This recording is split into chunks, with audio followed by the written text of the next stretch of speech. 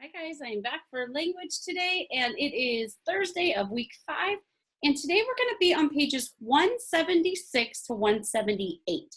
So we're going to go back a little bit. We're actually going to be, over the next week or so, we're going to be writing a book review on Trouble at Silver Pines Inn. So let's go ahead and go to page 176. And it's the cutest picture ever on page 176. So adorable. And whenever we have the beginning of a chapter, we always have a literature link. So let's look at the literature link for today. It says excerpts from Man's Next Best Friend by Michael Garrett Dees. And we've actually read this story. So let's look here. It says, wouldn't it be fun to have a friend ready to play outdoors whenever you are? How about a friend that's outgoing, good looking, and loyal, besides being funny and talented? Any of us would like to meet someone like that. But few would think to look for such a likable personality as a river otter. Remember the story with the river otter? It was so cute. It may be that a dog is a man's best friend, but the otter runs a close second. Even though it is very similar to the weasel, an otter resembles a dachshund in quite a few ways. Both animals have sleek, dark brown fur, a whiskered muzzle, a long, low hot dog body, and 4 short legs. Beyond that, the otter is also extremely friendly. It will even approach animals that are strangers to it. An otter, especially a young one, makes a great pet. It is easy to train, clean, smart, and faithful, almost better than a dog. I'm not quite sure it's legal in California, though. I'd have to look into that. Most of the otter's time isn't spent in raising a family or in hunting food, but in playing. Unlike other otter animals, otters would rather have fun than do almost anything. They excel in water sports, whether summer or winter. In summertime, they do everything you love to do at the swimming pool. Swim, dive, do belly flops, splash and chase each other, play tag or tug of war, and frolic about. Otters even make their own slides. They clear a path down an embankment that leads to the deep water. Then for hours, they slip, slide, and roll down their slick pathway again and again. I would love to see that. Wintertime doesn't stop any of their activities. The mudslide becomes a snowslide. But instead of splashing into water, they go sliding across the frozen lake. When they find a break in the ice, otters dive in and continue their usual antics, not the least bit hindered by the cold. To catch a breath of air, they'll stick their flat noses into air pockets trapped beneath the ice. In this way, they can keep on playing without having to rush back constantly to an ice hole for air. Add to the otter's special abilities of extraordinary playfulness, and you can see why it stands out from others in the animal kingdom. If you ever have an opportunity, get to know an otter at a river or lake in the woods. You may find yourself a next best friend. Oh, that is so cute. Awesome. I love those little literature links because they give us a glimpse into the reading that we've done or we're going to do. Okay, so let's go ahead and go to page 177. Expressing your opinion. Have you ever read an editorial in a newspaper? If you haven't, you guys should look. The San Diego Union Tribune has an online version that you can look up editorials on. Have you read a review of a book or a play or film? The authors were all writing to express their opinions. Before I read a book, guys, I will look at what the author has or what people have said about the book. I've always looked at those because I like to see if an editor likes the book, then I'll probably like it as well. In chapter 4, you practice giving strong reasons in order to persuade someone to do or believe something. But strong reasons are also important when you are writing to express your opinion. Express your opinion. An opinion does not carry any weight if it is not supported by reasons. You can't say that football is the greatest sport ever without having reasons. You have to tell me why. Here is a book review by Hudson. Notice the reasons he gives to support the opinion of the book you read. So let's look at Hudson's book review. A story I'll never forget. Wow, just even right there, the title's like, whoo, this sounds like a good book. Why would a dog be given a Medal of Honor at a special ceremony in a small town? There's that hook, right? Start with a question. The exciting story is found in the book A Dog Named Watson by Terry Bledsoe. Watson is a German Shepherd who has been abandoned on the road near Beaverton. The Crandall family find him and take him into their home. Ryan Crandall, a 10-year-old, names Watson and treats him like his own pet. One day, Ryan and his friends take Watson with them on an overnight hike to Cedar Falls. You will have to read the book to find out how Watson keeps the hike from ending in tragedy. Ooh, that's like a cliffhanger. Although there is one sad part that I did not like, I enjoyed this book overall. One thing I like about the book is the way the author tells the story from Watson's point of view. It is interesting and funny to see the world through the eyes of a dog. I also think that the characters in the book are terrific, especially Ryan. He and his friends all have their own personalities, and they remind me of some of my friends. Finally, I like the ending to the story. The author shows how friendships become stronger during times of trouble.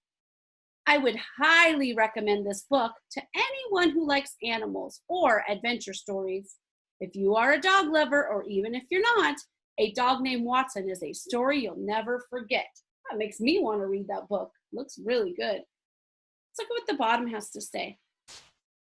Hudson's use of the word exciting in the introduction makes it obvious that he has a high opinion of the book. In the third paragraph of his review, he gives 3 reasons for his opinions. Okay, so in the third paragraph, he gives 3 reasons for his opinion. He saved his most important reason for last. Notice that his book review also gives a summary of the main events leading up to the most exciting part of the story, but it doesn't give away the ending. And pretty soon we'll be finishing Trouble at Silver Pines Inn. So when we write our review, we don't want to give away the ending there. Okay, turn the page, 178. Hudson used transitional words and phrases to show where one reason ended and another reason began. Here are the words and phrases he used. And if you've been using IXL and you've done the transition word, I guess quiz, not quiz, but little, it's not a quiz, it's not a test, this little portion, little section of it, you obviously have done these, because I was looking with my daughter and she was going over these, and these were some of the words that they used. So some of his are one thing I like about this book. I also think that, and finally. So some other transition words and phrases that we want to use when we do our writing. And if you guys will notice, this is an opinion piece, which means you get to talk about you. You get to say I. When we did a research report, we didn't say I at all, but this time we get to say I all we want. So transition words and phrases. One would be, first of all, one thing I like is that.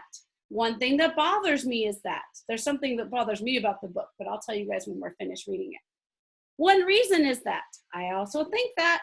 Second, another reason is that. Another problem is that. Finally, and most importantly. So when you are writing these words or this review, you're going to want to use these transition words. It will make basically you're writing an editorial or your book review more exciting, and it'll make it flow a lot better. So let's look at our assignment for today. It says, read the following opinion paragraph. Decide where transition words and phrases need to be added. Choose appropriate words or phrases from the box above and insert their numbers at the points in the paragraph where you feel they are needed. Okay, first of all, what we're going to do is read the paragraph without these transition words. So let's do that. Although The Path to Pine Lake by Harriet Isaac had a good message at the end, I found many problems with the book. The characters are too concerned about money. They are always getting into arguments over how they should raise the money for a week at camp at Pine Lake. The author does not tell the story in an interesting way. Personally, didn't like the book. There is a lot of conversation between characters, but not much action. Adding more action to the story would make it move faster. The ending left me disappointed. I wanted to read about the week at camp, but the book ends right before the characters go to camp. Oh no, this person didn't like the book, but is that okay? Of course, you don't have to like every book that you read, okay? So we're going to add some transition words and phrases. I want you to look at this first sentence. It says, although the path to Pine Lake by Harriet Isaac had a good message at the end, I found many problems with the book. What could I add in there? I want to add some, I don't want to say finally or most importantly, right? That doesn't come at the beginning, but what could we add in there to make it a little more, have a little more oomph and make it sound a little better? Could I say one thing that I like at is, no, this person didn't like it, right? Could I say first of all? Yeah, we could say first of all. So what you're going to do is put a little caret here and you're going to say a one. There's another one we could use. Could I say one thing that bothers me? Yes, we can say that because this person who reviewed did not like the book. How about one reason is that? Could we say that? Of course, so we could say one reason is that. They didn't like that one either, okay? Now, let's keep reading and see. So what if I said, first of all, the characters are too concerned about money. They always get into arguments over how they should raise the money for a week at camp at Pine Lake. Okay, that's a complete thought, okay? Now we're gonna transition into another thought. So we wanna put another transition in there. Did the author like it? No, so we don't wanna put one thing I like, right? What could we use? Something we haven't used already. Now, if we're gonna use one, we can use 3 and 4 again. What do you think? Since it's the second reason, can we say second? Or could we say, I also think that? Definitely. I also think that, or second, or could we say another reason is that? Or could we say another problem is that? Of course. So this person just didn't have any transition. It's a really good review, but there's no transitions in there. So let's say I'm going to use 8. Another problem is that the author does not tell the story in an interesting way. There's a lot of conversation between characters, but not much action. Adding more action to the story would make it move faster. So, okay, that's a complete thought. Now, after the word faster, we have another thought in there. So we need one more transition phrase. And we're going to look, because this is his last thought. So we could we say, finally, the ending left me disappointed? Yeah, so we can use number 9, finally.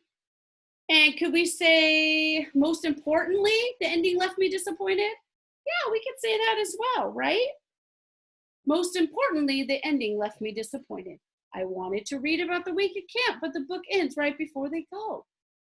So the main idea of this lesson today is to use transition words. When we start writing our book review, transition words are key, and they are going to be a big part of writing this paper. So whenever I say, oh, use transition words or look for transition words or add some transition words, I want you guys to come back to page 178 and look at this chart. This chart is going to help you tremendously. Okay, guys, tomorrow we'll have our live Zoom at 11, and I can't wait to see you there. We'll see you later. Goodbye.